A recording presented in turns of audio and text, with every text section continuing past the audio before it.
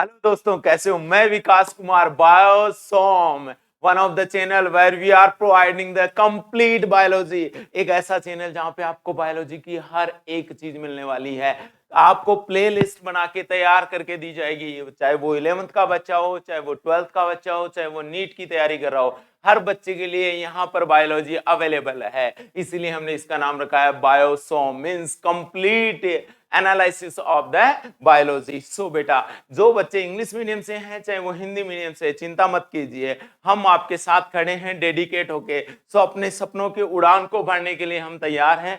आज हम जानना चाहेंगे कि एक्चुअली ये चीजें डेवलप कैसे हो रही है। मैं आपसे बात कर रहा हूं, क्या बात कर रहा हूं, कैसे बात कर रहा हूं, और एक्चुअली ह्यूमन बॉडी आई कहां से, हम क्यों सांस ले रहे हैं, कहां हमारा खाया हुआ डाइजेस्ट हो रहा है, कैसे हो रहा है, कैसे मैं सोचे जा रहा हूं, कैसे मेरे मन में ख्याल आ रहे हैं, मेरी स्ट्रक्चर ऐसी क्यों है, मेरा रंग गोरा क्यों है, काला क्यों है, हर एक चीज का हम पता लगा सकते हैं। और हम आगे से आगे नई जनरेशन भी बनाते हैं। वो कैसे बनती है? हमारे जो कैरेक्टर हैं वो हमारे माँ बाप से क्यों मिलते हैं, क्यों हम उनके आइडेंटिकल कॉपी नहीं है, क्यों हम उनके जैसे दिखाई नहीं देते हैं। सर कुछ कुछ दिखते हैं, कुछ लक्षण दिखाई देते हैं, लेकिन बेटा जी हम एकदम जीरोक्स कॉपी नहीं होते। इसका एक ही कारण है, वो है बायोलॉजी। और बायोलॉजी समझने का मतलब ये बेटा, जनरली बच्चों के दिमाग में एक ख्याल होता है कि बायोलॉजी क्या चीज है, तो आप बच्चे बोलते हैं कि सर बायोलॉजी को तो हम रट लेंगे। नहीं बेटा, ऐसा नहीं करना है।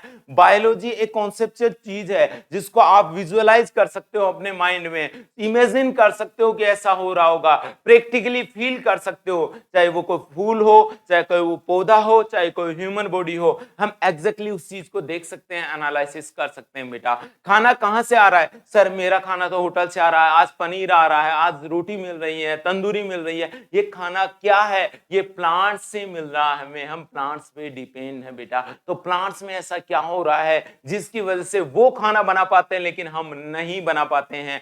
हमारे अंदर ऐसा क्या है जिससे हमें खाने की जरूरत पड़ती है? मैं आपसे बोल रहा हूं, हाथ हिला रहा हूं, गर्दन हिल रही है, हर एक काम के लिए हमें किस चीज की जरूरत पड़ती है? आप बोलोगे कि सर जरूरत पड़ती है हमें एनर्जी की, ताकत चाहिए। सर शरीर में ताकत होगी तभी तो बोल पाओगे, आप मुझसे बात कर पाओगे, कम्युनिकेट कर पाओगे। इस चैनल को इतना प्यार और स्नेह देने के लिए आपका बहुत बहुत आभार व्यक्त करता हूं। बेटा बने रहिए, टिके रहिए और चीजों को अच्छे से समझते जाइएगा। चलो आज हम स्टार्ट करते हैं अपना introduction. So now we are going to talk about what is biology. इन सभी सवालों के जवाब बायोसोम पे आपको अवेलेबल हो जाएंगे जो अभी आपने विजुअलाइज किए हैं। देखिए बायोलॉजी बायोलॉजी है क्या चीज से, उस चीज को समझना है बेटा। So what we are going to talk, introduction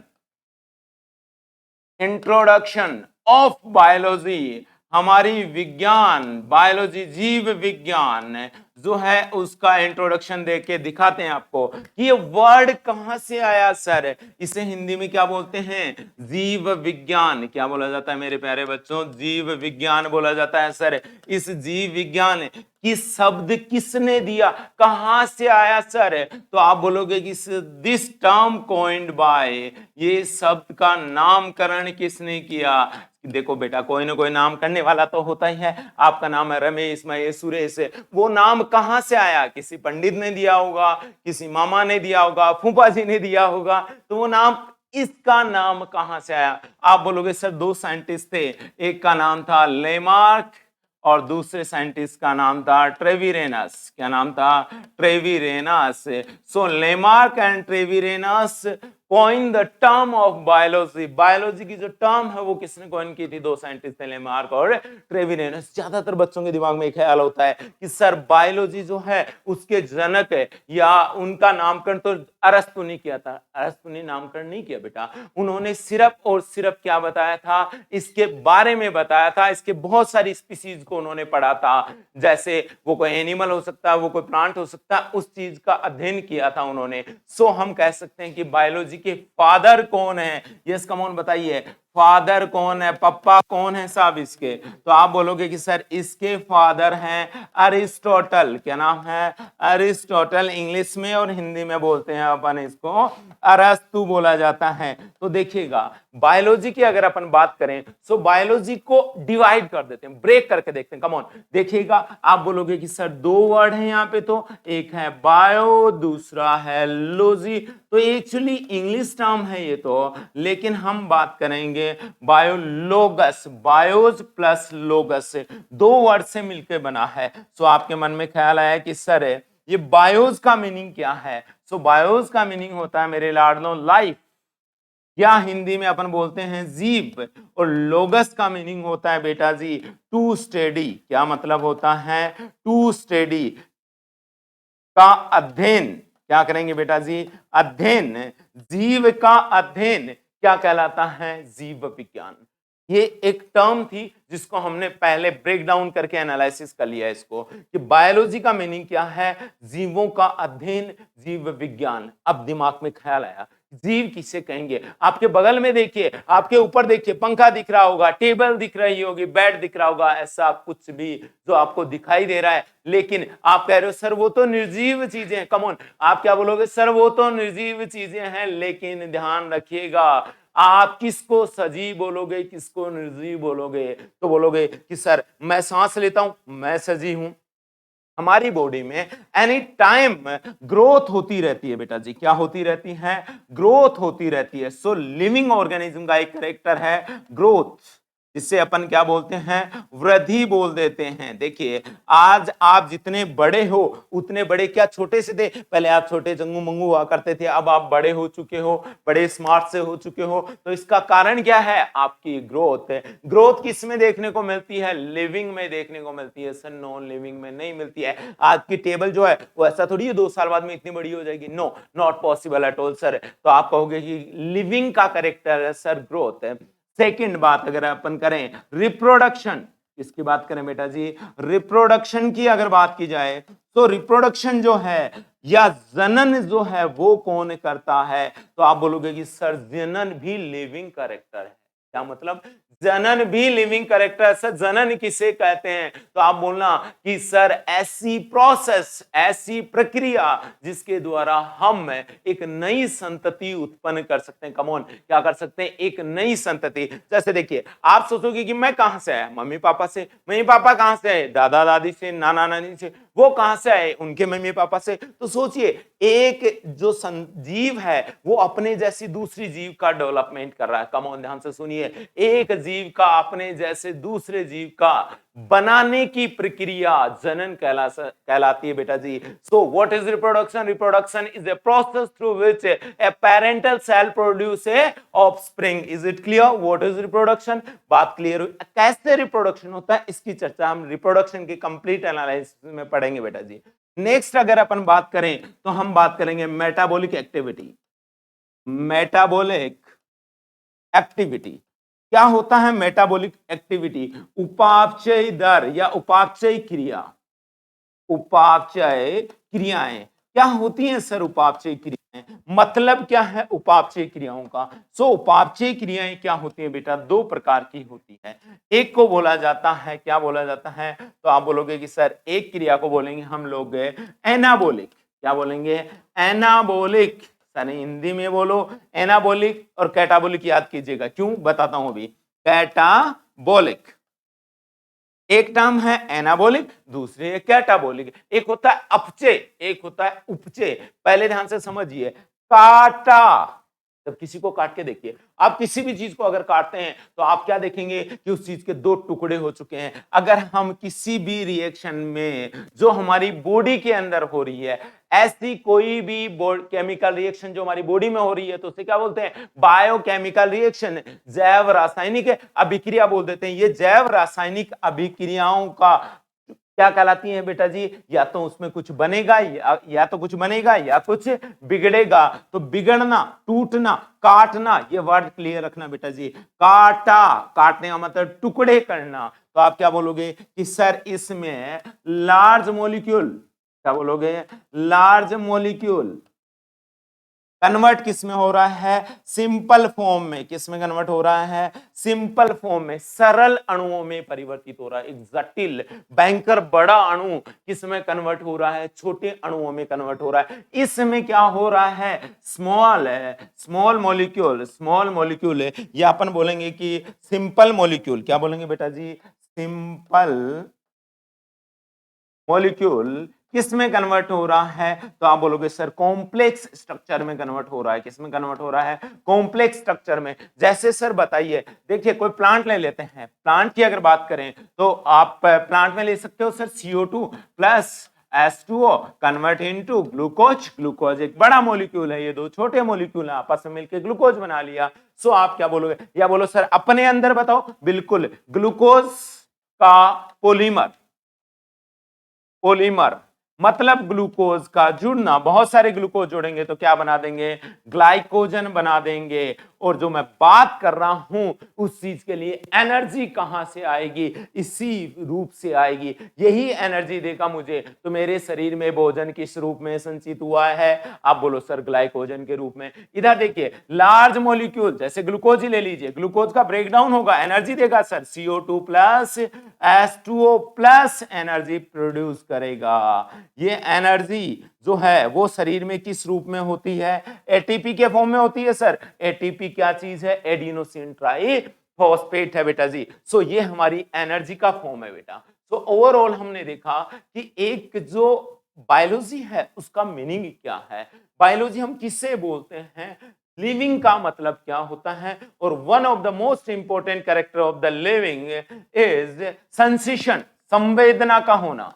क्या चीज बोला बेटा मैंने, संवेदना, सेंसेशन होता है। एक लिविंग ऑर्गेनिज्म में भावनाएं होती है, नॉन लिविंग में नहीं होती हैं। इसलिए तो हम बोलते हैं अरे तेरे पास दिल नहीं है क्या भाई, तो वो बोलता है कि नहीं दिल तो है, दिल तो होता है उनके पास, पर उनके पास इमोशन नहीं होते हैं। बोलते हैं कि यार आप तो ह्यूमन कैटेगरी में भी नहीं आते। बिल्कुल है, जो भी ह्यूमन होगा उसमें ह्यूमैनिटी होनी भी चाहिए। उम्मीद करता हूं कि सभी बच्चे ह्यूमैनिटी के साथ अपनी लाइफ को जिएंगे, ईमानदारी और इज्जत के साथ, मेहनत के साथ आगे लड़ते जाएंगे। ऐसी मेहनत कर दिखानी है कि आपकी मेहनत साइलेंट हो लेकिन आपकी सफलता पूरे महकाने को, पूरे महफिल को क्या कर दे बेटा जी, झंझोड़ दे, बोल दे कि हाँ ये वही है जो बैठ के उस कोने में पढ़ा करता था। देखिए आगे समझते हैं हम बायोलॉजी को, कि बायोलॉजी का एक्चुअली ब्रांचेस कौन सी हैं, बायोलॉजी होता क्या है, उसके बारे में चर्चा करते हैं। अगर आगे बात करें अपन बायोलॉजी के बारे में, biology actually divide or having two major branches. What are they? So you will say that one is botany. उन्हें बोला जाता है botany और zoology। क्या बोलते हैं, बॉटनी और जूलॉजी बोल देते हैं सर। बॉटनी का मतलब क्या होता है, वनस्पति विज्ञान। क्या बोलते हैं, वनस्पति विज्ञान। और जूलॉजी का मतलब क्या होता है, तो आप बोलोगे सर प्राणी विज्ञान। क्या होता है, प्राणी विज्ञान। वनस्पति के नाम से आपको क्लियर हो गया होगा कि सर बॉटनी में हम लोग अध्ययन करते हैं पादपों का। पादपों का अध्ययन या हम बोल सकते हैं study of plants is known as botany. और जूलॉजी में क्या पढ़ेंगे हम लोग, जंतुओं का अध्ययन, जंतुओं का अध्ययन। एक बात क्लियर हुई बेटा आपको कि जंतु और जीव में फर्क होता है।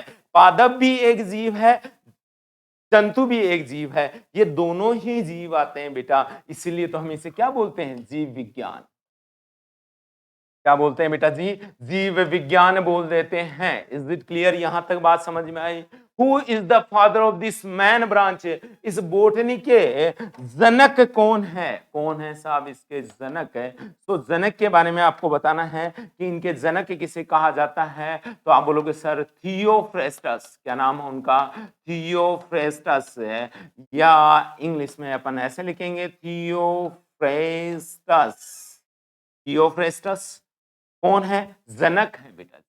इसके बोटनी के जनक किसे माना जाता है, आप बोलो थियोफ्रेस्टस को। जबकि जूलॉजी का जनक किसे माना जाता है, फादर कौन है इसके, तो आप बोलोगे सर इसके फादर हैं अरस्तु। यू आर जस्ट सरप्राइजिंग कि अरस्तु को जूलॉजी का फादर भी कहा जाता है और इसका जनक भी किसे माना जाता है? अरस्तु को ही माना जाता है बेटा। इनका जनक किसे माना जाता है? अरस्तु को ही माना जाता है। तो बात क्लियर हुई आपको कि इनके जनक कौन है? वाई इनको जनक क्यों कह रहे हो आप? क्यों आपके मन में आया कि इनको जनक कहा जाए? तो आप बोलोगे कि सर इन्होंने अपनी बुक लिखी थी। क्या लिखी थी मेरे लाडलों? बुक लिखी थी। और इस बुक का नाम क्या था? ये बहुत इंपॉर्टेंट चीज है बेटा। इनकी बुक का नाम था हिस्टोरिया। क्या नाम था बेटा जी? हिस्टोरिया। प्लांट्स के बारे में पढ़ा, प्लांटेरम। क्या बोलोगे? प्लांटेरम। और इनकी बुक का क्या नाम था? हिस्टोरिया। क्या नाम था? Historia Animalium. क्या नाम था बेटा जी? हिस्टोरिया एनिमेलियम नाम था। So now is it clear कि what are the book name of the Theophrastus और वी कैन से अरस्तु? अरस्तु के और थियोफ्रेस्टस साहब की बुक का क्या नाम था, ये हमें समझना जरूरी था। सो ये बात आपको क्लियर हुई। और भी बहुत सारी ब्रांचेज हैं, उनकी चर्चा अपन बाद में करेंगे बेटा जी। देखिए अगर हम आगे मूव करें तो अपन बोलेंगे कि सर ये जो डिफरेंट ब्रांचेज हैं, अब देखो अगर वर्ल्ड की पॉपुलेशन की बात की जाए it almost around 700 crore. So is it possible कि आप 700 करोड़ लोगों के नाम याद रख सको? नहीं रख सकते। आपने अगर बोला मैं महेश के बारे में बात कर रहा हूं, महेश गाय है, भैंस है, मनुष्य है, क्या है, कुछ नहीं पता है। लेकिन हम ऐसा कोई नाम दे दे जो सिर्फ किसके लिए यूज हो? ह्यूमन के लिए यूज हो। तो इस चीज को बताने के लिए हमने किया बेटा टेक्सोनॉमी। एक ब्रांच है साइंस की टेक्सोनॉमी, जिसे हिंदी में बोला जाता है वर्गीकी। क्या बोला जाता है? वर्गीकी। और इस वर्गीकी के जनक किसे माना जाता है? केरोलस लीनियस साहब को। किसको माना जाता है? केरोलस लीनियस जी को माना जाता है। और केरोलस लीनियस जी थे जिन्होंने एक बुक लिखी थी। उस बुक का नाम क्या था सर? सिस्टेमा नेचुरी। क्या नाम था? सिस्टेमा नेचुरी नाम था जिसका। सिस्टेमा नेचुरी नामक बुक लिखी थी इन्होंने। इन्हें टेक्सोनोमी का जनक बोला जाता है। आप बोलोगे कि सर इन्होंने क्या बताया था? तो केरोलस लीनियस साहब ने एक पद्धति दी थी जिसे बोला जाता है द्विनाम पद्धति। क्या बोला जाता है? बायनोमिनल क्लासिफिकेशन। सो क्या था ये द्विनाम पद्धति? इसमें इन्होंने ये बोला था, क्या बोला था कि जैसे कोई ह्यूमन है, जैसे कोई मनुष्य है, ह्यूमन है, तो इस ह्यूमन का नाम क्या होगा? ह्यूमन का नाम होगा होमोसेपियंस। क्या नाम होगा? होमोसेपियंस। होमोसेपियंस में होमो वर्ड किसको रिप्रेजेंट कर रहा है? तो आप बोलोगे सर वंश को रिप्रेजेंट कर रहा है। वंश बोले तो जीनस। किसको बता रहा है? जीनस। हर एक मानव का एक ही वंश है, तो आप उसे क्या बोलोगे? वो वंश का नाम क्या है? होमो। और सेपियंस क्या है सर? सेपियंस जाति है हमारी। हम जातिवाद करते रहते हैं, लेकिन हमारी रियलिटी में देखी जाए तो स्पीसीज है हमारी कौन सी? तो आप बोलोगे कि सर हमारी स्पीसीज होती आती है सेपियंस। हम लोग बोलते हैं मैं ये हूं, मैं कास्ट वाइज ये हूं, मैं धर्म वाइज ये हूं। नहीं, आप कुछ भी नहीं हो। आप सिर्फ एक इंसान हो और सबसे पहले इंसान बनने की कोशिश कीजिए। आप बोलिए कि सर हम ह्यूमन हैं। हाँ, अगर आप जिस देश में के वासी हो तो जरूर कहिए प्राउडली वी आर इंडियंस। सो आप क्या कह सकते हो? हम इंडियंस हैं, लेकिन हैं ह्यूमन। सबके सब हिंदू, मुस्लिम, सिख, ईसाई, सबके सब हम लोग क्या हैं बेटा? ह्यूमन बॉडीज हैं। ह्यूमन बॉडीज डेवलप कैसे हुई, इस चीज की चर्चा हम अगली क्लास में जरूर करेंगे और अच्छे से समझेंगे इसका मतलब क्या है। सो बने रहिए बायोसॉम क्लासेस के साथ, एक वर्ड ऑफ साइंस के साथ। All the best guys, do hard work as well as good. Bye bye, take care, all the best.